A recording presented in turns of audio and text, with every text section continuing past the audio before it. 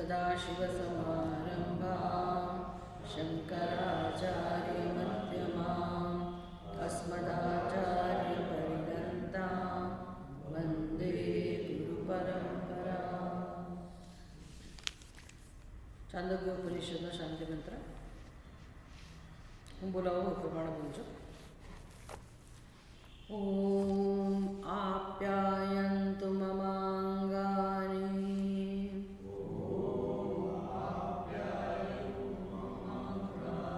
વાક્ પ્રાણશ્ચક્ષુશ્રોત્રમતો બલમિન્દ્રિયાણિ ચ સર્વાણિ શુશ્રોત્રમતો બલમિન્દ્રિયાણિ ચ સર્વં બ્રહ્મોપનિષદम् માહં બ્રહ્મ નિરાકુર્યામ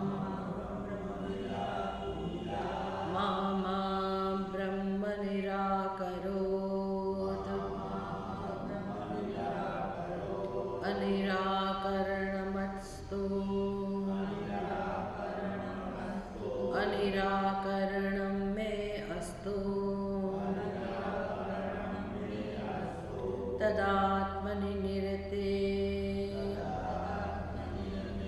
યૌપનિષસ્તુ ધર્માઃ તે મયિ સંતો તે મયિ સંતો.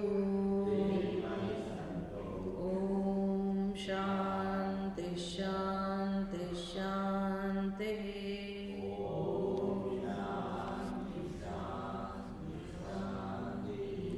ઓમિત્યેતદક્ષરम् ઉદ્ગીતम् ઉપાસીત ઓમિતિ ઉદ્ગાયતે તસ્યોપવ્યાખ્યાનम्.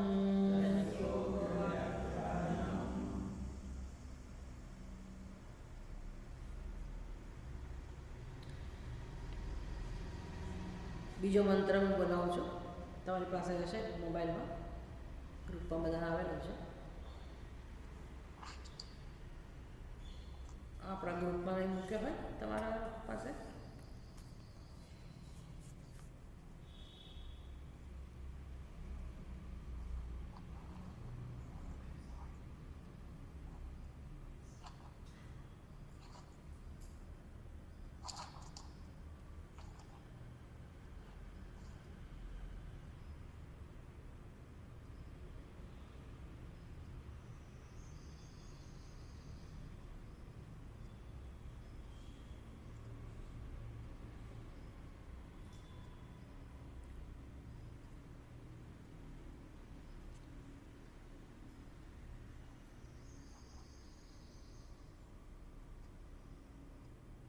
વેદાંત સ્ટડી ગ્રુપમાં મૂક્યો છે આ મંત્ર, તમે લોકો જોઈ લો. પીડીએફ મોકલી છે.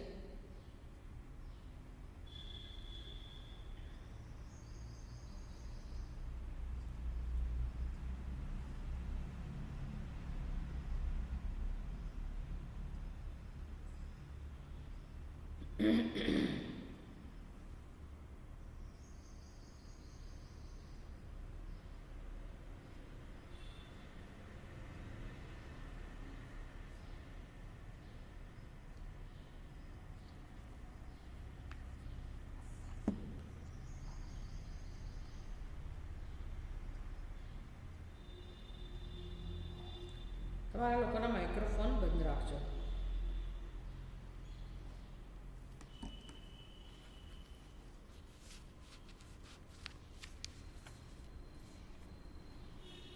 તાન્યભ્યતપત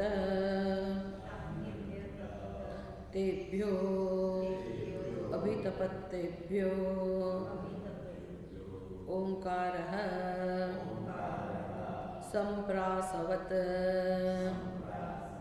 તદ્યથા શંકુના સર્વાણિ પર્ણાની સંતૃણ્ણાની એવમોંકારેણ સર્વાવાક સંતૃણોંકારઃ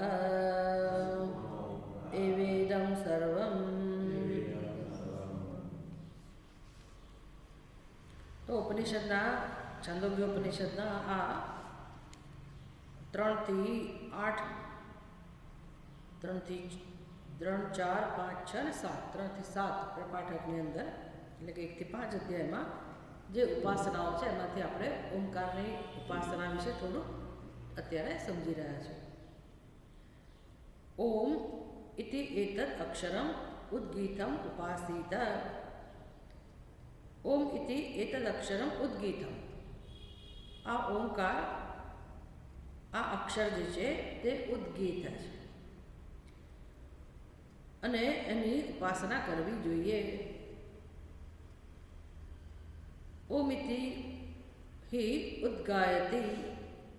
ઓમ એવું ઉચ્ચારણ કરીને યજ્ઞમાં ઉદ્ગાતા ઉદ્ગાન કરે છે. ઉદ્ગાન એટલે મોટેથી ગાયન કરવું. વૈદિક કાળમાં તો ઓમકારનું ઘણું બધું મહત્વ હતું.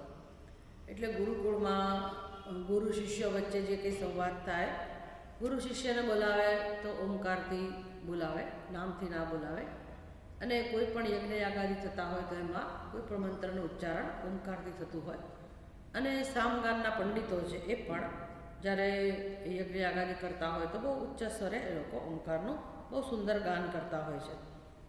અને એ ગાન કરવામાં જે ઓમકારની વ્યાખ્યા પ્રગટ થાય છે.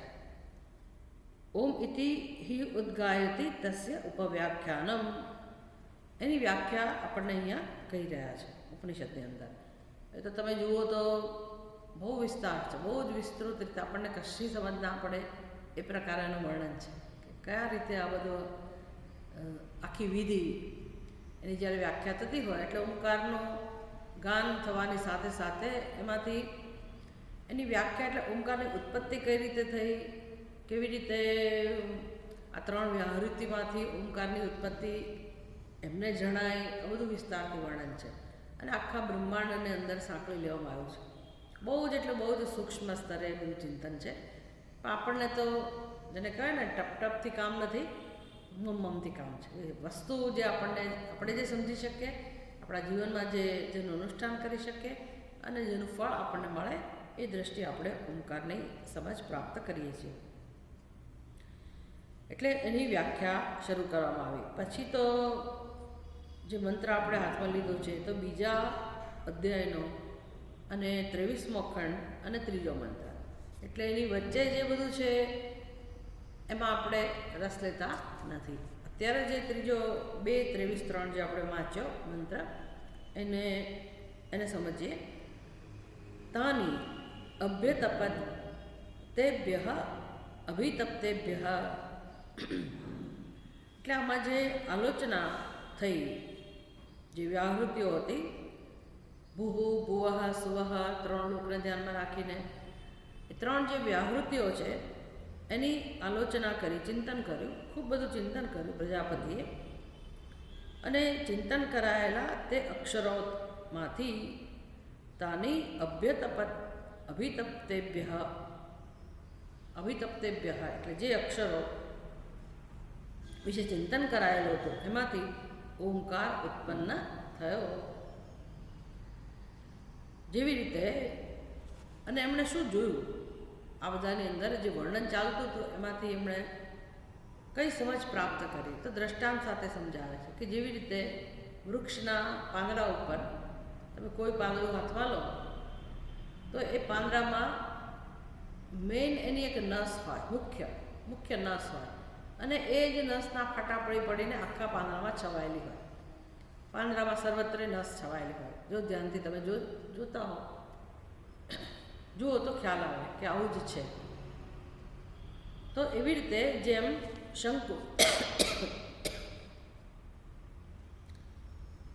શંકુના સર્વાણી પર્ણાની સંતૃણાની, તો જેવી રીતે પાંદડાની નસોથી બધા પાંદડા સંપૂર્ણપણે વ્યાપ્ત રહે છે તેવી રીતે આ ઓમકારથી એટલે કે જે પરમાત્માનું પ્રતીક છે તેનાથી ઓમકારથી સંપૂર્ણ વાણી વ્યાપ્ત છે. કયું દૃષ્ટાંત આપ્યું આપણને? પર્ણનું, કે એક પર્ણની અંદર જેમ મુખ્ય નસ અને એમાંથી જન્મેલી બીજી અનેક નસો, એને શું કહો છો તમે? એને ધારો કે નાગરવેલનું પાન હોય એને દાંડલી કહેતા હશે, દાંડલી ખરું ને, ગુજરાતીમાં દાંડલી. તે પાનની અંદર જેમ એક મુખ્ય દાંડલી હોય, પછી ઝીણી ઝીણી ઝીણી અસંખ્ય એની શાખાઓ હોય, આખા પાનમાં એ છવાયેલી હોય, એવી રીતે આખા વિશ્વમાં, આખા બ્રહ્માંડમાં આ પરમાત્માનું જે પ્રતીક છે ઓમકાર એ સર્વત્ર વણાયેલો છે. આવું કોણે જોયું? પ્રજાપતિ જોયું. બધું વર્ણન જે ચાલી રહ્યું હતું, જે યજ્ઞ થઈ રહ્યો હતો, એમાં એની જે ઋચાઓ છે, એનો જે અર્થ થતો હતો, એનો જે વિસ્તાર હતો, એના ઉપર ચિંતન કરવાથી આ સમજ પ્રાપ્ત થઈ.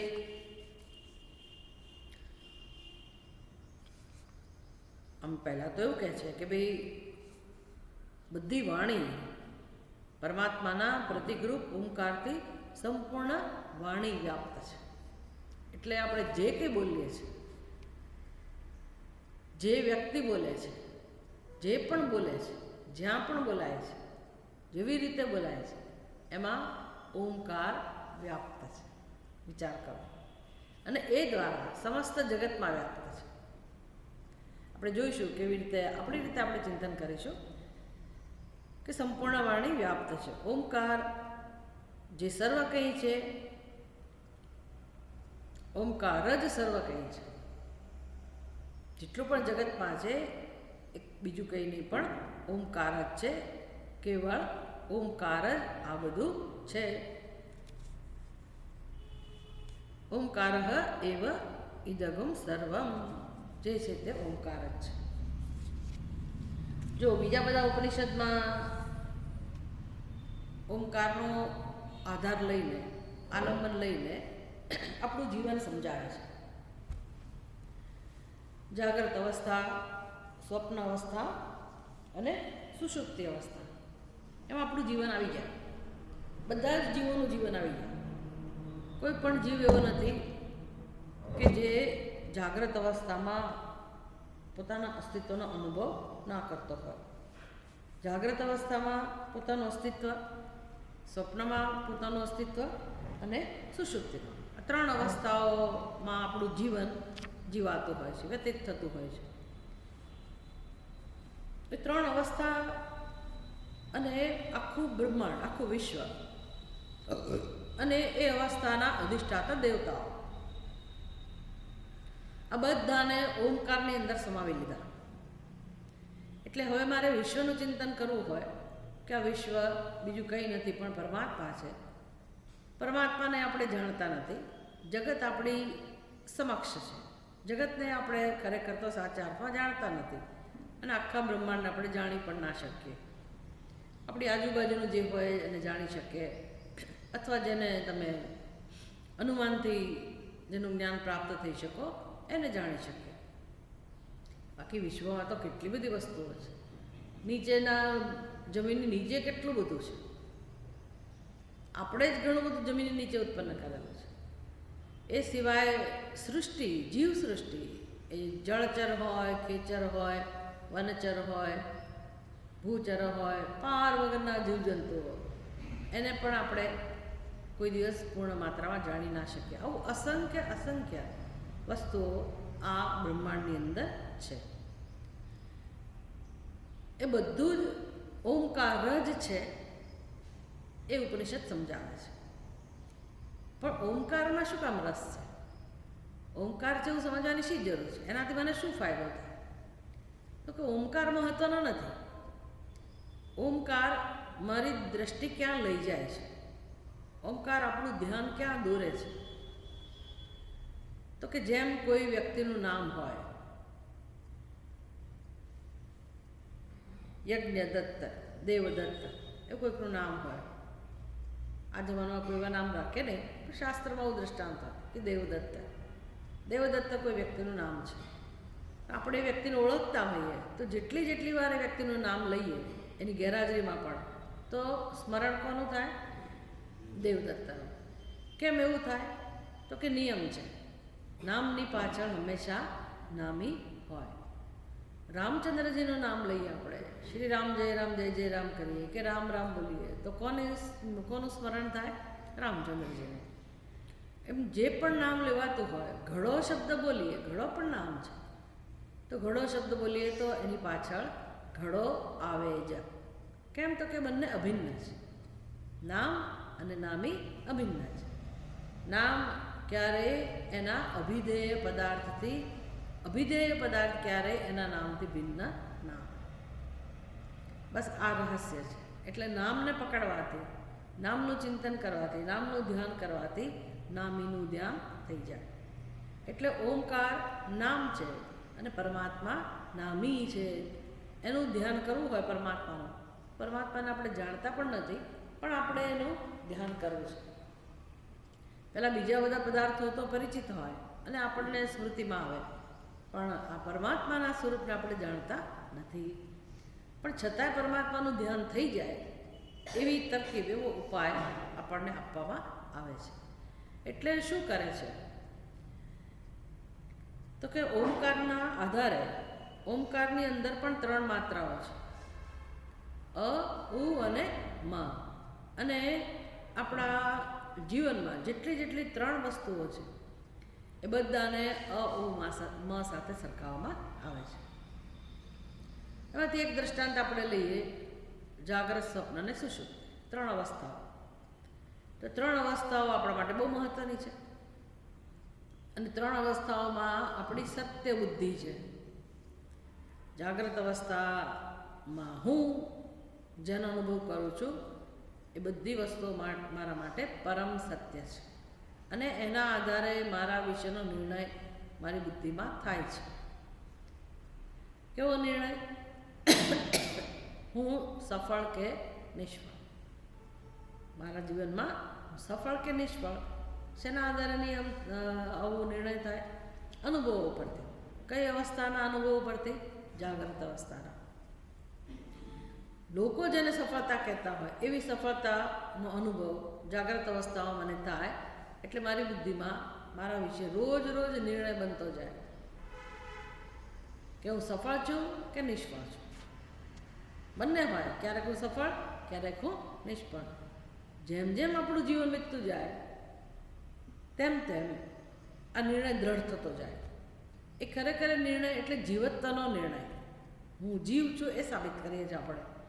જ્યારે મારી બુદ્ધિ એવું કે હું સફળ છું તો ત્યારે પણ હું જીવત્વને દ્રઢ કરું છું, અને જ્યારે મારી બુદ્ધિ એવું કે હું નિષ્ફળ છું ત્યારે પણ હું જીવત્વને જ દ્રઢ કરું છું. હું સફળ છું એટલે પછી તરત બીજો કયો નિર્ણય હોય? સફળ એવો હું, સફળ એવી હું, સુખી હોવ એટલે અહમ સુખી. અને નિષ્ફળતા મળ્યા જ કરતી હોય તો પછી અહમ દુઃખી. આવો બુદ્ધિમાં નિર્ણય છે. અહમ સુખી અને અહમ દુઃખી. આને કહેવાય જીવત્વ. બધાની બુદ્ધિમાં સમાન રૂપે આવે આ જીવત્વ છે. મોક્ષ એટલે શું? આ જીવત્વમાંથી મુક્ત થવું. મોક્ષ એટલે, કારણ કે આ બંને બાંધનારો છે. જ્યારે મારી બુદ્ધિ એમ કહેતી હોય કે હું સુખી છું તો દુઃખી થવાની સંભાવના છે જ અંદર, કારણ કે સુખનું નિમિત્ત છે. સુખનું નિમિત્ત સફળતા છે. સફળતા દરેક વખતે, દરેક સમયે, દરેક વ્યક્તિને ના મળે. નિષ્ફળતા આવવાની જ છે. એટલે વળી પાછો એ સુખી નિર્ણય જતો રહે. આમ આપણું સુખ દુઃખ કામ ચલાવે છે, કાયમી નથી, અને એનાથી આપણને સંતોષ નથી. આપણે સ્થિરતા ઈચ્છીએ છીએ, એટલે સુખ તો જોઈએ જ છે, પણ નિર્ભેળ સુખ, જેમાં દુઃખનો અંશ હોય જ નહીં એવું સુખ. હવે જગતમાં એક પણ સુખ એવું નથી કે જે ભેળસેળિયું ના હોય. ભેળસેળિયું એટલે શું? જેમાં દ્વૈત હોય છે. એટલે આપણે ભોગતા, સુખના ભોગતા, અને એ સુખ જેમાંથી ઉત્પન્ન થાય છે, જેને કારણે એ સુખનું નિમિત્ત એટલે કે ભોગ્ય પદાર્થ અને ભોગ, આ ત્રણે મળીને, ત્રિપુટી મળીને હું સુખી એ નિર્ણય થતો હોય છે. એટલે કે એ સુખમાં આ બધું બળેલું છે જે મારા કાબૂની બહાર છે, મારા કાબૂમાં નથી. એટલે એ સુખથી આપણને ક્યારેય સંતોષ હોઈ શકે નહીં. આપણને કેવું સુખ જોઈએ? જ્યાં મારે કોઈના ઉપર આશ્રિત થવું પડે નહીં. ટોટલી ઇન્ડિપેન્ડન્ટ, સંપૂર્ણ સ્વતંત્રતા. બીજા ઉપર આશ્રિત હોય અને સુખ મળે એ સુખ આપણને મંજૂર નથી. આ બધું સંશોધન છે પોતાના સ્વરૂપનું.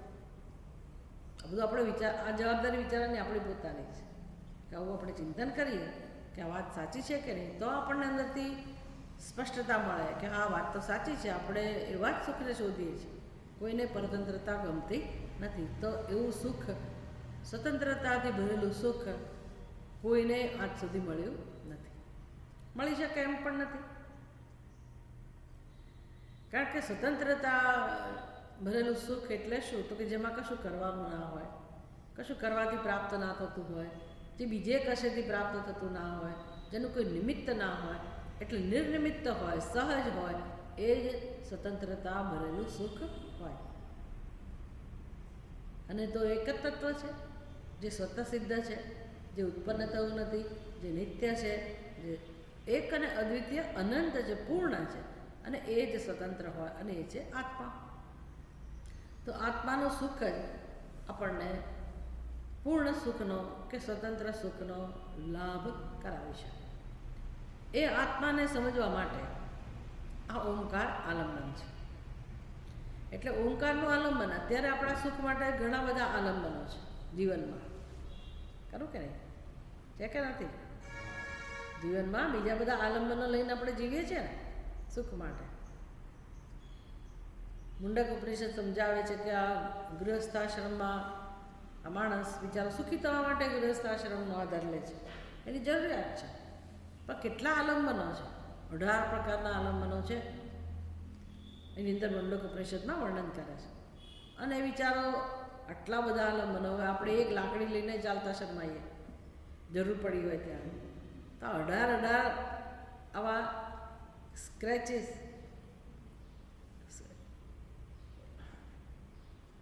દંડ, એને શું કહો તમે? સ્ક્રેચીસ, ટેકાઓ,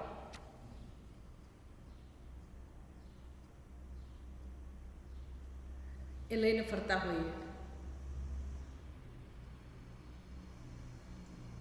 દેખાતા નથી આ બધા આલંબનો,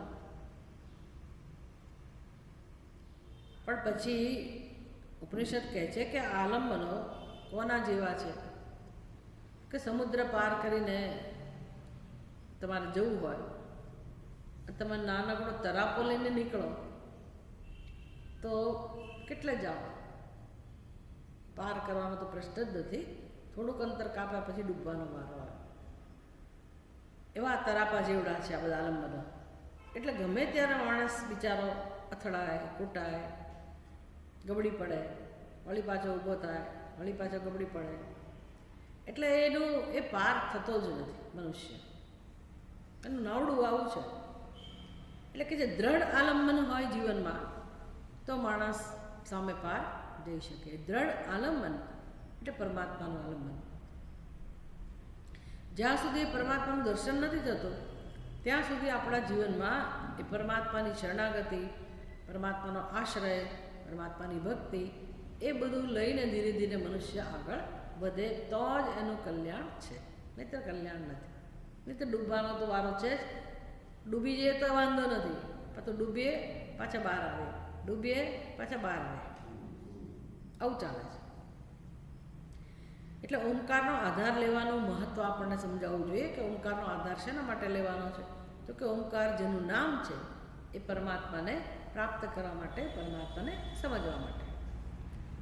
તો માંડુક્ય ઉપનિષદની પ્રક્રિયા આવી છે કે 3 અવસ્થાઓને 3 માત્રાઓ સાથે જોડી, ઓમકારની 3 માત્રાઓ સાથે 3 અવસ્થાઓને જોડે છે. જાગ્રત અવસ્થામાં જે અનુભવો છે એ આપણા માટે પરમ સત્ય છે, એટલે આપણું ધ્યાન દોરે છે કે ભાઈ જુઓ, સુષુપ્તિ પણ તમારી અવસ્થા છે, સુષુપ્તિનો અનુભવ છે, તમે એને કેમ મહત્ત્વ નથી આપતા? હું દુઃખી છું, હું સુખી છું, એ નિર્ણય માટે જાગ્રત અવસ્થાના અનુભવોના આધારે નિર્ણય છે ને, એને આપણે સત્યતા આપીએ છીએ. પણ સુષુપ્તિ અનુભવ નથી જીવનમાં. સુષુપ્તિ અનુભવ છે. સુષુપ્તિમાં શાનો અનુભવ છે? સુખનો, આરામનો, શાંતિનો. રોજના 5-6 કલાક સુષુપ્તિનો અનુભવ લેતા હોઈએ તો હું સુખી છું એમાં એ અનુભવ પણ આવવો તો જોઈએ ને, પણ આપણે એને નથી લેતા. ભલે સુષુપ્તિમાં ખબર ના હોય કે મને આરામનો અનુભવ છે કે સુખનો અનુભવ. જાગ્યા પછી તો ખબર છે ને, ખબર ના પડી એટલા બધા કલાક સરસ ઊંઘ આવી ગઈ, તો એ આટલા કલાકનો અનુભવ હું સુખી છું કે દુઃખી છું ગણાવો તો જોઈએ ને, આપણે ગણતા નથી. એટલે બહુ ધ્યાન દોરે છે કે જો આ પણ તમારું સત્ય છે. સ્વપ્નની અંદર પણ છે, પણ એ તો ક્ષણિક છે, એટલે ચાલો એને જવા દઈએ તો વાંધો નથી. પણ આ 3 અવસ્થાઓને આધારે કદાચ નિર્ણય લઈએ તો પણ બરાબર છે, પણ તો પણ એ સાચો નિર્ણય ના હોય. 3 અવસ્થાઓના અનુભવના આધારે હું મારા વિશે નિર્ણય કરું એ પણ સાચું ના હોય. કેમ તો કે 3 અવસ્થા પોતે જ એવી છે, આવનારી ને જનારી. તો મારા વિશેનો નિર્ણય જો અવસ્થાઓના આધારે હોય તો એ સત્ય હોઈ શકે નહીં. એટલે આપણું બધું સામે ધ્યાન દોરે છે. સારું, એટલું જ નહીં, હવે કોણ અનુભવ કરી રહ્યો છે? 3 અવસ્થાઓનો અનુભવ કોણ કરે છે? તો કે જગતના બધા જ જીવો. બધા જ જીવોનો અનુભવ તો હશે જ ને 3 અવસ્થાઓ. એ જીવોનું સત્ય શું છે? જીવના રૂપમાં કોણ છે? એના મૂળમાં આપણને લઈ જાય છે. તો કે બધા જીવોને સમાન રૂપે અનુભવ થાય છે. એટલે એવું નહીં કે આપણને સુષુપ્તિનો અનુભવ ત્યારે બીજા બધા જીવોને સુષુપ્તિનો અનુભવ, એવું ના હોય. જીવ જ્યારે સૂઈ જાય ત્યારે એને સુખનો અનુભવ હોય. જીવ જ્યારે જાગ્રત હોય ત્યારે જાગ્રત અવસ્થાનો અનુભવ હોય. જીવ પોતે જ્યારે સ્વપ્ન જોવે ત્યારે એને સ્વપ્ન અવસ્થાનો અનુભવ હોય. આ પ્રકારે જીવની બધી વ્યવસ્થા છે, બધા જ જીવોની. હવે કહે છે કે આ બધા જીવોને આપણને ખબર નથી, પણ શાસ્ત્રને ખબર છે કે બધા જીવોનું અધિષ્ઠાન તો એક જ છે. બધા જીવોનું અધિષ્ઠાન તો એક જ છે, શાસ્ત્રને ખબર છે. એટલે ખરેખર તો કોણ અનુભવ કરી રહ્યું છે જાગૃતનો? એ જે અધિષ્ઠાન છે, મૂળ તત્વ છે તે જ, એટલે કે પરમાત્મા, એ જ આત્મા. આપણી બુદ્ધિ એવું કહે છે હું અનુભવ કરું છું, શાસ્ત્ર કહે છે અનુભવ કરનારનું અધિષ્ઠાન તો પરમાત્મા છે. હવે હું અને પરમાત્મા વચ્ચે ભેદ કેમ ઉત્પન્ન થયો? તો કે આપણે પોતે એ પરમ તત્વથી વિમુખ થયેલા છીએ અને આપણે આ ઉપાધિને હું એવું કહીએ છીએ. એટલે ધીરે ધીરે આપણી બુદ્ધિને એની દ્રષ્ટિ બદલીને એ મૂળ તત્વ સુધી, અધિષ્ઠાન સુધી જો લઈ જવામાં આવે તો આપણે આપણા જીવત્વને છોડીએ, આપણા ખોટા ખ્યાલને છોડીએ. એટલે કે છે તમે ઊંઘી જાઓ ત્યારે પરમાત્મા પણ જાણે ઊંઘી જ જાય છે. એટલે બધા જીવોને એક જ નામ આપ્યું, તેથી એકની જ વાત રહે. બધા જીવો બરાબર એક વ્યક્તિ, એક જ જીવ, એટલે એનું નામ આપ્યું. જાગ્રતનું નામ આપ્યું વિશ્વ, જીવનું નામ આપ્યું વિશ્વ, અને સમષ્ટિ સ્તરે વિરાટ. જેને તમે વિશ્વ કહો છો વાસ્તવમાં બીજું કોઈ નથી પણ વિરાટ જ છે, પરમાત્મા જ છે ને, આખા જગતના રૂપમાં રહેલો છે. એટલે જાગ્રત અવસ્થામાં એનું નામ વિરાટ. એટલે પેલા વિશ્વની ખરેખર બાદબાકી થઈ જવી જોઈએ કે વિશ્વનું તત્વ, વિશ્વનું અધિષ્ઠાન એ પરમાત્મા, એ વિરાટ છે, એની આ વાત છે. એટલે અત્યારે જગતમાં આ ક્ષણે પણ કોણ જાગી રહ્યું છે? તો કે વિરાટ, આ બધાના રૂપમાં વિરાટ પરમાત્મા. ઉપનિષદની દ્રષ્ટિમાં આ બધું છે. પછી જ્યારે સ્વપ્નમાં છીએ બધા જીવો, સ્વપ્નનો અનુભવ કરતા હોય તો કહે છે કે એ વખતે પણ કોઈ જીવ સ્વપ્નનો અનુભવ નથી કરતો. એ વખતે પણ પરમાત્મા જે અવસ્થામાં છે, કારણ કે જે સત્ય હોય એ જ હોય ને. એટલે સ્વપ્નમાં પણ એ જ પરમાત્મા છે અને એનું નામ છે હિરણ્યગર્ભ, સમષ્ટિ સ્તરે. પછી અનેક રીતે આવા અનેક પ્રતિબિંબ હોય, અનેક અરીસામાં, એની જેમ અનેક ઉપાધિમાં એ પ્રતિબિંબિત થઈ રહ્યો હોય અને ભલે સ્વપ્ન અવસ્થાનો અનુભવ કરતો હોય પણ ખરેખર તો એ જોડાયેલો છે કોની સાથે? જ્યારે આપણે જાગ્રત અવસ્થાનો અનુભવ કરીએ છીએ ત્યારે કનેક્શન કોની સાથે છે? એ જ પૂર્ણ બ્રહ્મ પરમાત્મા સાથે. એટલે ધીરે ધીરે આપણી દ્રષ્ટિને ત્યાં લઈ જાય તો સ્વપ્નમાં પણ વાસ્તવમાં એ જ પરમાત્મા બધાનું અધિષ્ઠાન છે અને સ્વપ્ન અવસ્થામાં પણ જીવ સાથે જોડાયેલા છે અને એનું નામ છે હિરણ્યગર્ભ. ત્રીજી કઈ અવસ્થા બાકી રહી? સુષુપ્તિ. તો સુષુપ્તિમાં આપણે ઊંઘી જઈએ. આપણે એમ કહીએ છીએ કે મારી ઊંઘ છે, હું સૂઈ ગઈ કે હું સૂઈ ગયો, પણ ખરેખર સૂઈ જનાર પેલું જાણે કે સચ્ચિદાનંદ સ્વરૂપ જે અધિષ્ઠાન છે એ જ જાણે કે સૂઈ ગયું હોય એવું જણાય છે. તો એ તત્વનું નામ, અધિષ્ઠાનનું નામ સમષ્ટિ સ્તરે ઈશ્વર અને આપણું નામ છે પ્રાજ્ઞા. એટલે જીવ સ્વતંત્ર છે જ નહીં કોઈ અવસ્થામાં. દરેક અવસ્થામાં જીવ પરમાત્મા સાથે જોડાયેલો છે. આ બધું આપણે જાણીએ ત્યારે સમજાય કે એ જે પ્રાજ્ઞા એ હુંના રૂપમાં છે અત્યારે, એ જ હિરણ્યગર્ભ સ્વપ્ન અવસ્થામાં હુંના રૂપમાં છે, અને વિરાટ પરમાત્મા એ જ અત્યારે આ ક્ષણે આ ઉપાધિમાં હુંના રૂપમાં રહેલો છે જાગ્રત અવસ્થામાં. તો દરેક અવસ્થામાં હું એનાથી અભિન્ન જ છું. ક્યારેય આપણું અસ્તિત્વ એકેય અવસ્થામાં આ પૂર્ણ બ્રહ્મ પરમાત્માથી ભિન્ન હોઈ શકે નહીં. આવું ધીરે ધીરે સમજાય તો પછી આ બધા મારા સંસારના પ્રશ્નો એનું શું, એને ક્યાં સ્થાન આપવું? શું લાગે તમને? આપણા રોજના જેને મહત્વ આપે છે એ બધાનું શું, એ બધાને ક્યાં મૂકવા? હવે 3 સત્તાઓ વિશે આપણે જાણીએ છીએ. એક પારમાર્થિક સત્તા, એક વ્યવહારિક સત્તા અને ત્રીજી પ્રાતિભાષિક. એને શું ગણીશું? હવે કઈ સત્તામાં જાય? જો પારમાર્થિક સત્તા એટલે એક જ પરમાત્મા જે આ બધા રૂપમાં અભિવ્યક્ત થયો છે, પારમાર્થિક સત્તા. બધી અવસ્થાઓ અને બધા જ જીવોનું આ પ્રકારનું અનુભવ કરવું એ બધાને શું કહીએ?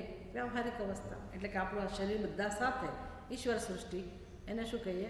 વ્યવહારિક સત્તા. અને ત્રીજી કઈ? મારો પોતાનો સંસાર, મારો પોતાનો સંસાર. એને કઈ સત્તા કહીશું? પ્રાતિભાષિક. પ્રાતિભાષિક એટલે તો ખબર છે ને, પ્રાતિભાષિક એટલે શું તો ખબર છે ને? દોરડા ઉપર સાપ દેખાય અને શું કહેવાય? પ્રાતિભાષિક. કોઈ સત્ય નથી. એટલે હું સુખી ને હું દુઃખી એ જે છે એ કઈ સત્તામાં જાય? પ્રાતિભાષિક. અને આપણે એને પારમાર્થિક સત્તા સમજીએ છીએ. તો એની નીચે બીજી સત્તાઓ છે ભાઈ, બીજું સત્ય છુપાયેલું છે. તો હવે એમાંથી છૂટવા માટે આધાર કયો? તો કે વ્યવહારિક સત્તા. તમે સીધા પારમાર્થિક સત્તામાં જઈ ના શકો. વ્યવહારિક સત્તા, વ્યવહારિક સત્તા એટલે ઈશ્વર સૃષ્ટિ. હા, એમાં પછી જે વ્યવહાર થતો હોય બરાબર છે, જે રીતે થવો જોઈએ, જે યોગ્ય હોય ભલે કરીએ. પણ હું સુખી હું દુઃખી એના માટે કોઈ પ્રમાણ નથી. એ આપણે દૂર કરી શકીએ. વ્યવહારિક સત્તા જ્યાં સુધી આપણું શરીર છે ત્યાં સુધી રહેવાની છે. એ વ્યવહારે કરવો પડે, ભલે રહો, પણ એ સમજપૂર્વક થઈ શકે. ચાલો, હવે ઓમકારના મૂળમાં જવા માટે પછી એનાથી આગળ કેવી રીતે વધવાનું? તો કે ઓમકારની 3 માત્રાઓ આપણે છે ને, અધિષ્ઠાન જે તુર્ય છે એની ચર્ચા પછી કરશું. પહેલાં જેટલું આ 3 રૂપમાં વિભાજિત થઈ રહ્યું છે, પરિષદ જેને વર્ણવે છે એના આધારે આપણે ચર્ચા કરીશું. તો શિવ એમના સ્તોત્રની અંદર પણ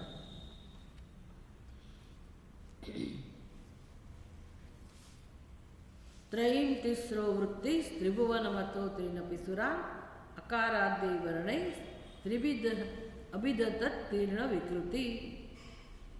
સરસ રીતે શિવનામના સ્તોત્રની અંદર પણ પુષ્પદંત આ પ્રકારે ઓમકારનો મહિમા સમજાવે છે કે આ જગત કેવું છે? તો કે જગતની અંદર 3 વસ્તુઓ છે.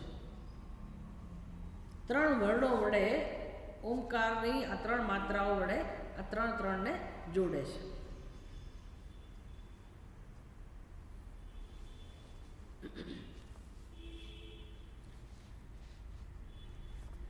ત્રયીમ તિસ્રો વૃત્તિ. 3 એટલે પહેલા વેદ. ત્રયીમ એટલે 3 વેદ: ઋગ્વેદ, યજુર્વેદ અને સામવેદ. આપણને એમ કે ગ્રંથ છે, પણ ખરેખર એ વેદની અંદર જ આ સમસ્ત જેટલું પણ જ્ઞાન છે એ બધાનું મૂળ અંદર રહેલું છે. 3 વેદની અંદર. એટલે વિશ્વમાં ઉપયોગી જે કંઈ છે બધાનો સમાવેશ આ 3 વેદની અંદર થયેલો છે. તો 3 માત્રાઓ એટલે 3 વેદ. શું કામ 3માં વિભાજિત કર્યું આ વિશ્વને? તો કે ઓમકાર સાથે સરખાવવું છે. અને ઓમકારની કેટલી માત્રાઓ છે? 3 માત્રાઓ. કઈ 3 માત્રાઓ? અ, ઉ અને મ. આ 3 મળીને ઓમકાર બને છે. એટલે જગતમાં જેટલું જેટલું ત્રણ છે મુખ્ય એ ત્રણેયને ઓમકારની ત્રણ માત્રાઓ સાથે સરખાવે છે. ત્રયીમ એટલે ત્રણ વેદ, પછી તિસરો વૃત્તિ, ત્રણ વૃત્તિઓ. ત્રણ વૃત્તિ એટલે શું? ત્રણ અવસ્થા. કારણ કે અવસ્થા એટલે શું? માંડુક્ય ઉપનિષદ બહુ સુંદર સમજાવે છે, બહુ સુંદર, કે જાગ્રત અવસ્થા કોને કહેવાય એટલું વિસ્તારથી સમજાવે છે. સ્વપ્ન અવસ્થા કોને કહેવાય બધાની વ્યાખ્યા આપી છે. આપણે તો ખાલી એનો અનુભવ કરીએ અને બસ આને સ્વપ્ન કહેવાય અને જાગ્રત હતું, કે ના, જાગ્રતમાં શું હોય છે, સ્વપ્નમાં શું હોય છે, કેવો સંબંધ હોય છે દ્રષ્ટા અને દ્રશ્યનો. મુખ્ય વ્યવહાર કોની સાથેનો છે? દ્રષ્ટા અને દ્રશ્ય સાથેનો. તો જાગ્રત અવસ્થામાં દ્રષ્ટા કોને કહીએ આપણે? તો કે આ સ્થૂળ શરીરને. અત્યારે આપણે દ્રષ્ટા છીએ તો દ્રષ્ટા માટે કોણ આપણા માટે આધાર છે? આ સ્થૂળ શરીર. જ્યાં સુધી આપણો અહંભાવ આ સ્થૂળ શરીર સાથે ન હોય ત્યાં સુધી આપણે દ્રષ્ટા બનતા નથી. જાગ્યા પછી સૌથી પહેલાં જાનામી એવું પ્રત્યે જન્મે છે ને. જાનામી એટલે હું જાણું છું, પછી હું જાગી ગયો કે હું જાગી ગઈ. આમ હું જાગ્યો કે હું જાગી એવો નિર્ણય જ્યાં સુધી ના થાય ત્યાં સુધી હું દ્રષ્ટા એવું કહેવાય નહીં. એટલે પહેલો અનુભવ આપણને આ સ્થૂળ શરીર સાથેનો થાય છે. અહંભાવ, તાદાત્મ્ય, પહેલું તાદાત્મ્ય આપણું જાગ્યા પછી આ સ્થૂળ શરીર સાથે. એ ન હોય ત્યાં સુધી દ્રષ્ટાને ન કહેવાય. પછી આપણે જોઈએ, સાંભળીએ, જે પણ વ્યવહાર કરીએ છીએ ને દ્રષ્ટા કહેવાય. વ્યવહાર કરનારા આપણે દ્રષ્ટા. હવે દ્રશ્ય કોણ છે? જાગ્રત અવસ્થામાં આપણે અત્યારે દ્રષ્ટા બન્યા તો દ્રશ્ય પણ કેવું હોય? તો કે અત્યારની મારી આંખો કે આ સ્થૂળ શરીરમાં જે જ્ઞાનેન્દ્રિયો છે એના સાથેના તાદાત્મ્યથી હું જે દર્શન કરું, જે મને અનુભવ થાય, કે હું વ્યવહાર કરું જેની સાથે, એ જ જગત જાગ્રત અવસ્થાનું દ્રશ્ય છે.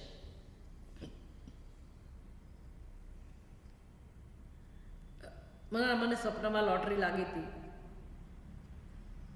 એટલે મારે અત્યારે લોન જોઈતી હોય કે મારે કંઈક ખરીદવું હોય તો મને સપનામાં જે લોટરી લાગી એ પૈસા કામમાં આવશે એવું કોઈ કરે? કેમ? તો કે સ્વપ્નના પદાર્થો જે જોયેલા હતા એ પણ દ્રશ્ય જગત હતું, પણ જાગ્રતમાં એ કામમાં આવતા નથી. એટલે જાગ્રતની વ્યવસ્થા કેવી છે? તો કે સ્થૂળ, બધું સ્થૂળ છે અને બધા માટે ઉપલબ્ધ છે. આમ દ્રષ્ટા અને દ્રશ્ય બંને કેવા છે? સ્થૂળ સ્વરૂપે. આટલા સીમિત છે, આટલું જ. એનું નામ જાગ્રત અવસ્થા. સ્વપ્ન અવસ્થાની અંદર દ્રષ્ટા બદલાઈ ગયો એટલે આ સ્થૂળ શરીરને કોઈ સ્થાન નથી. આપણું જ છે શરીર. જાગ્રતમાં હું કહીએ છીએ, દ્રષ્ટા કહીએ છીએ, પણ સ્વપ્નની અંદર આ શરીરનું કોઈ અસ્તિત્વ નથી. છે તો ખરું, અસ્તિત્વ નથી એટલે છે તો ખરું, પણ મારા માટે કોઈ અસ્તિત્વ નથી. વિચાર કરો કેટલા સરળતાથી આપણે શરીરને છોડી દઈએ છીએ. એટલે આપણી અંદર સામર્થ્ય છે ત્યાગ કરવાનો. મનોબુદ્ધિ અહંકાર ચિત્તાની નાહમ એવું જ કરવાનું છે ને. હું નથી એ જ સમજવાનું છે ને. તો સ્વપ્નમાં આરામથી કહીએ છીએ કે આ શરીર હું નથી. અને શું કરીએ છીએ? કોઈ બીજા સૂક્ષ્મ શરીરને આપણે હું એવું કહીએ છીએ, અથવા તો આ શરીરમાં જે સૂક્ષ્મ શરીર છે એને હું કહેતા હોઈશ. પણ ત્યાં મારું સર્જન જુદા પ્રકારનું છે. ત્યાં હું જુદો સર્જાય છે. ત્યાં નવું સ્થૂળ શરીર લઈ અને એની સાથે હું તાદાત્મ્ય સર્જું છું અને હું દ્રષ્ટા બનું છું. એ દ્રષ્ટાને કેવો દ્રષ્ટા કહેવાય? સ્વપ્ન દ્રષ્ટા. પછી ત્યાં તે ભોજન આદિ હોય વ્યવહાર. સ્ત્રી અન્નપાનાદિ વિચિત્ર ભોગૈ કવેલું ઉપનિષદ કહે છે કે ત્યાં વળી પાછો આ જીવ જે જાગ્રત અવસ્થામાં જાત જાતના ભોગ ભોગવે છે, સ્વપ્નમાં પણ એની દુનિયા એવી જ હોય છે.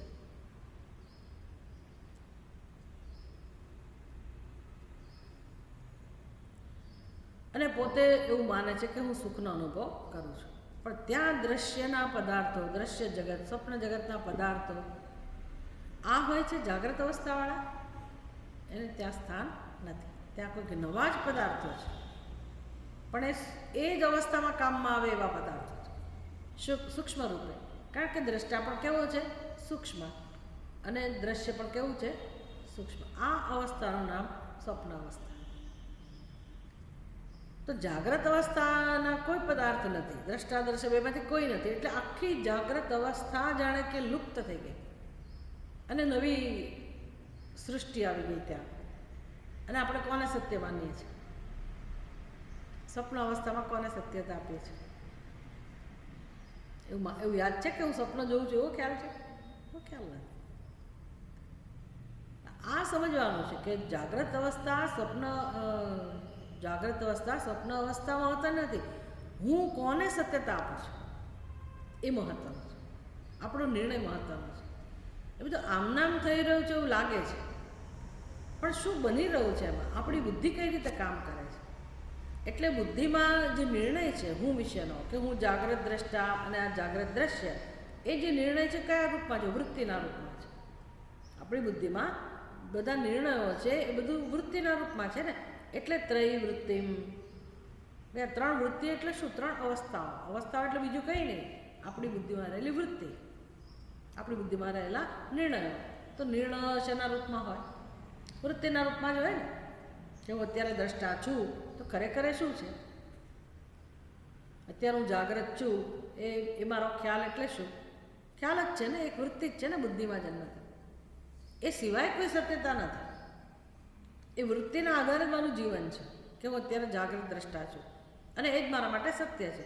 સ્વપ્નમાં મારી વૃત્તિઓ બદલાઈ જાય છે. મારી વૃત્તિ બદલાઈ જાય છે એટલે મારા માટે બધો અનુભવ પણ બદલાઈ જાય છે, મારા માટે જગત પણ બદલાઈ જાય છે. અને હું કોને હું કહું છું? તો કે આ શરીરને હું નથી કહેતી. સ્વપ્ન અવસ્થામાં ત્યાં જે પણ શરીર હોય એને હું કહું છું. એ પણ તો વૃત્તિ જ છે. બુદ્ધિ તો આની આ જ છે. એટલું સારું છે કે સ્વપ્ન જોતી વખતે હું ભલે બીજું શરીર ધારણ બધું કરતી હોય, પણ કઈ બુદ્ધિથી ધારણ કરું છું? આ જ બુદ્ધિથી. એટલે બુદ્ધિ તો ત્યાંય છે જ, આ જ બુદ્ધિ છે ત્યાં. પણ બુદ્ધિની અંદર શું ચાલે છે? કંઈક અંદર થતું હશે ને, કે નહીં? કે બુદ્ધિ બીજી લઈ આવીએ એવું બુદ્ધિ બીજી આવતી હશે ને, કલ્પિત બુદ્ધિ હશે. મસાલો ક્યાંથી લઈએ છીએ? અત્યારે આ બુદ્ધિમાં જે મસાલો જમા થયો છે એમાંથી જ સ્વપ્ન ઉત્પન્ન કરીએ છીએ ને. એટલે ચોક્કસ ઉપાદાન કારણ તો આ જ છે, જાગ્રત ઉપાધિ. પણ સર્જન મેં નવું કર્યું તો એ કયા રૂપમાં? વૃત્તિના રૂપમાં. અને એ વૃત્તિ એટલે સૂક્ષ્મ શરીર જે સર્જાયું એમાં મારો અહમભાવ, અહમ દ્રષ્ટા, સ્વપ્ન દ્રષ્ટા. અને પછી જગત હોય એ પણ આ જગત કંઈ કામમાં આવે નહીં. એટલે ત્યાં બીજું જગત સર્જ્યું હોય અને એમાં મારી વૃત્તિ કેવી હોય? તો કે આ દ્રશ્ય છે. બધું હું જ છું, પણ એમાંથી મારી વૃત્તિ નક્કી થાય અમુક ઉપાધિમાં અહમભાવ, તાદાત્મ્ય, એને હું દ્રષ્ટા કહું અને બાકીનું બધું દ્રશ્ય. આમ દ્રષ્ટા દ્રશ્યનો વ્યવહાર સ્વપ્ન અવસ્થામાં ચાલે છે. સુષુપ્તિમાં આપણી બુદ્ધિ થાકી જાય એટલે હવે ત્યાં કોઈ પ્રકારની કલ્પના, કોઈ પ્રકારની વૃત્તિ હોતી નથી. સંપૂર્ણ અંધકાર. પણ આત્માનો પ્રકાશ હોય. કારણ કે આત્માનો પ્રકાશ તો ઓલવાય એવો છે જ નહીં. એના સિવાય કોઈ નથી, આત્મા સિવાય. એટલે એ આત્માનું જે સ્વરૂપ છે, શાંતિ કહો, આનંદ કહો, સુખ કહો, અસ્તિત્વ સ્વરૂપ, સત સ્વરૂપ, ચિત્ત સ્વરૂપ, આનંદ સ્વરૂપ, એ જે સ્વરૂપ છે તો છે જ ત્યાં. કારણ કે એક જ છે અને બાકી બુદ્ધિમાં કોઈ વ્યવહાર નથી. તો બુદ્ધિને એ સ્વરૂપ પ્રકાશિત તો રહ્યું જ છે, પણ માત્ર ખાલી એક પ્રકાશવા સિવાય કોઈ કામ નથી, કોઈ વૃત્તિ નથી. કદાચ સૂક્ષ્મ વૃત્તિ હોય કે જેમાં એ સ્મૃતિ જળવાઈ રહે. એટલે જાગ્યા પછી પાછા આપણે એ સ્મૃતિને તાજી કરીએ છીએ. તો કોનો અનુભવ લઈને, કોનો અનુભવ સાથે રાખીને આપણે જાગીએ છીએ? એ જ આનંદ સ્વરૂપનો. પાછું વૃત્તિ કોને હું કહે છે? આ સ્થૂળ શરીરને. એટલે પહેલાં આત્મામાં તો અહમભાવ આવતો જ નથી. બિચારો છે ખરો, અહમના રૂપમાં જ છે, પણ એ જ અહમ કોને હું કહે છે? સ્થૂળ શરીરને. એટલે પછી હવે હું જાગી કે હું જાગ્યો, બસ આવું ચાલે છે. ચલો, આ તો આપણે બીજી રીતે ચિંતન કર્યું, પણ અહીંયા તો માત્ર તિસ્રો વૃત્તિ, ત્રણ વૃત્તિ એટલે જાગ્રત, સ્વપ્ન અને સુષુપ્તિ, એને 3 વિભાગમાં વહેંચ્યું. પછી ત્રિનપી સુરાન, 3 દેવતાઓ, 3 અવસ્થાઓ, 3 લોક પણ છે. ત્રિભુવનમ, ઓકે, ત્રિભુવનમ, 3 લોક. કયા 3 લોક? ભુહુ, ભુવઃ અને સુવઃ. આ 3 લોક શેની સાથે સરખાવાના? અ, ઉ અને મ. એટલે ભુહુ પૃથ્વીલોક એટલે અકાર, ભુવઃ એટલે ઉકાર અને સુવઃ એટલે મકાર. આખું બ્રહ્માંડ આવી ગયું. ભૂર્ભુવઃ સ્વઃ. 3 લોક અને 3 દેવો. ત્રિનપી સુરાન, 3 દેવતાઓ. કયા 3 દેવતાઓ? બ્રહ્મા, વિષ્ણુ અને મહેશ. આ 3 દેવતાઓ અતિ મહત્વના છે. મેમ આખી વ્યવસ્થા આવી ગઈ સૃષ્ટિની. બ્રહ્મા એટલે કોણ? તો કે આ જ જગતની સાથે જોડાયેલા. પછી બીજા બધા દેવી દેવતાઓ આવી જ ગયા. બ્રહ્મા કહો એટલે પતી ગયું. એનાથી હવે બીજા તમે નામ ના લઈ શકો કે બીજા કોઈ જુદા. જે દેવી દેવતાઓ 33 કરોડ હોય કે એનાથી વધારે હોય ને કોઈ નવા આજકાલ ઉત્પન્ન કર્યા હોય, બધા બ્રહ્માજીની અંદર આવી ગયા. કોઈનું સ્વતંત્ર અસ્તિત્વ નથી. એ બ્રહ્માજી જેણે જગતનું સર્જન કરેલું છે. એટલે જગત પણ આવી ગયું બ્રહ્માજીની અંદર. તો બ્રહ્માજી એટલે આખું જગત, અકાર. પણ બ્રહ્માજી પણ કોણ બન્યું છે? બહલ રજસે વિશ્વોત્પત્તો ભવાય નમો નમઃ. પ્રબલ તમસે તત્સંહારે હરાય નમો નમઃ. જનસુખ કૃતે સત્વોદ્રિક્તો મૃડાય નમો નમઃ. પહેલા કોને નમસ્કાર કર્યા? ભવાય નમો નમઃ. ભવાય એટલે જેણે જગતનું સર્જન કર્યું. ભવ એ કોણ હોય? બ્રહ્માજી છે. બ્રહ્માજીમાં રૂપમાં રહેલા એમને નમસ્કાર. પછી પ્રબલ તમસે તત્સંહારે હરાય નમો નમઃ. નાશ કરવા માટે, જગતનો નાશ કરવા માટે જેમણે તમોગુણનો આધાર લીધો અને જે રુદ્ર બની ગયા. હરાય નમો, રુદ્ર બની ગયા. એક ભવ, બીજા રુદ્ર અને ત્રીજા મૃડ. જનસુખ કૃતે સત્વોદ્રિક્તો મૃડાય નમો નમઃ. જનસુખ કૃતે બધા જીવોને રક્ષા કરવા માટે, પોષણ આપવા માટે, સુખ આપવા માટે એમણે વિષ્ણુનું રૂપ ધારણ કર્યું અને મૃડ કહેવાય. તો 3 દેવતાઓ એટલે બીજું કોઈ નહીં પણ બ્રહ્મા, વિષ્ણુ ને મહેશ. પણ કોણ બન્યું બ્રહ્મા, વિષ્ણુ, મહેશ? નિસ્ત્રય ગુણ્ય પ્રમહસી પદે નિસ્ત્રય ગુણ્ય શિવાય નમો નમઃ. પ્રમહસી પદે જે મહાન તેજસ્વી, જેનું મુખ્ય તેજ જે સહજ સ્વપ્રકાશ સ્વરૂપ છે. સૂર્ય ચંદ્રનું તેજ પણ જેને કારણે છે એ તેજ સ્વરૂપ, જ્ઞાન સ્વરૂપ, સચ્ચિદાનંદ સ્વરૂપ, 3 ગુણોથી પર એવા ભગવાન શિવ પોતે જ આ 3 રૂપમાં અભિવ્યક્ત થયા છે. એટલે બ્રહ્મા, વિષ્ણુ, મહેશ પણ 3 નથી. સમજ પડે ને? એ પણ કોણ છે? એક જ છે. એ મુખ્ય અધિષ્ઠાન છે. એનું નામ જ શિવ. એટલે 3 માત્રાઓ દ્વારા, 3 દેવતાઓ દ્વારા, બ્રહ્મા, વિષ્ણુ અને મહેશ, એ 3 દેવતાઓ પણ ઓમકારની 3 માત્રાઓ, અ, ઉ અને મ. બ્રહ્માજી એટલે અકાર, વિષ્ણુ એટલે ઉકાર અને મહેશ એટલે પણ મકાર. અ, ઉ અને મ. આમ આખું જગત ઓમકાર છે. તો સારું, જગત સાથે સમાધાન થઈ જવું જોઈએ કે ઓમકારનું નામ લઈએ એટલે એમાં જગતનું સ્મરણ થઈ જ ગયું. આપણે જગતનું સ્મરણ કઈ રીતે કરીએ છીએ? આખા જગતમાં આપણને રસ નથી. આપણે જગતનું સ્મરણ કઈ રીતે કરીએ છીએ? હું અને મારું, આપણી પોતાની દુનિયા છે. હવે એ વ્યવહાર કર્યા વગર તો ચાલવાનું જ નથી. જ્યાં સુધી શરીર છે ત્યાં સુધી જીવન તો આ જ રીતે જીવવાનું છે. વ્યવહાર તો આવો જ થવા રહેવાનો છે. પણ સત્ય બુદ્ધિ જે છે, સત્ય એને જ માની લીધું છે આપણે કે આ જ મારા માટેની જગત છે. અને એનાથી આપણે પ્રભાવિત થયા કરીએ છીએ. તો એને આપણે વ્યવહાર પૂરતું સીમિત રાખીએ કે આ વ્યવહાર તો કરવાનો જ છે, પણ વાસ્તવમાં એ જેની સાથે વ્યવહાર કરું છું એનો સમાવેશ શેમાંથી જાય છે? ઓમકારમાં. સમજ પડી ને? એટલે હવે એમાં હું કોના દર્શન કરતા શીખું? એ વ્યવહાર કરીએ છીએ એમાં પણ હવે મારે કોને મહત્વ આપવાનું? ઓમકારને, મારી કલ્પનાઓને નહીં. કારણ કે આપણે વ્યવહાર કરીએ ત્યારે આપણી કલ્પનાઓ દ્વારા વ્યવહાર કરીએ છીએ કે મારું આ હું અને બાકીનું મારું. પછી એ જળ હોય, ચેતન હોય, જે હોય, પછી એના પર ઘણું બધું છે, પાર વગરનું, દરેકની બુદ્ધિમાં જે હોય તે. પણ એ બધાનો સમાવેશ શેમાંથી જાય છે? ઓમકારમાં સમાવેશ થઈ જવો. એટલે શું? એ મહત્વનું રહેતું નથી. કારણ કે એમાંથી રાગ દ્વેષ જન્મેલા, એ આપણને ત્રાસ આપે છે, એ આપણને બાંધે છે. એટલે ઓમ કહીએ એટલે વાર્તા પૂરી. આપણે મનને યાદ દેવડાવીએ ઓમ એટલે પૂરું થઈ ગયું. જે સંઘર્ષ જન્મે, રાગ દ્વેષ જન્મે, ત્યારે આપણે શું શેનું ચિંતન કરી શકીએ? ઓમકાર. અંદરથી ઉકળાટ જન્મે તો શું કહી શકીએ? ઓમકાર.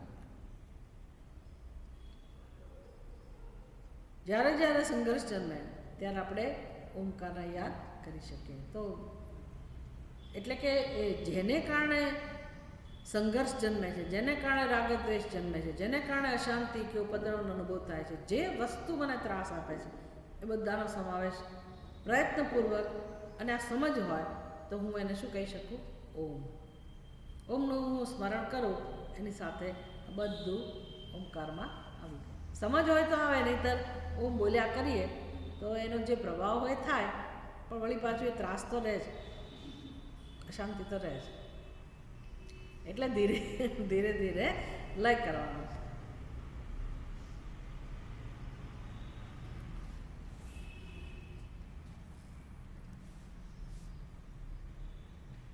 ઉપાસનાનું આ મુખ્ય પાસું છે કે કેવી રીતે આપણી જાતને આપણે તૈયાર કરીએ. આવતીકાલે આપણે થોડું વધારે આગળ જોઈશું. અને ઓમકારનું ઉચ્ચારણ કરીને પછી આપણે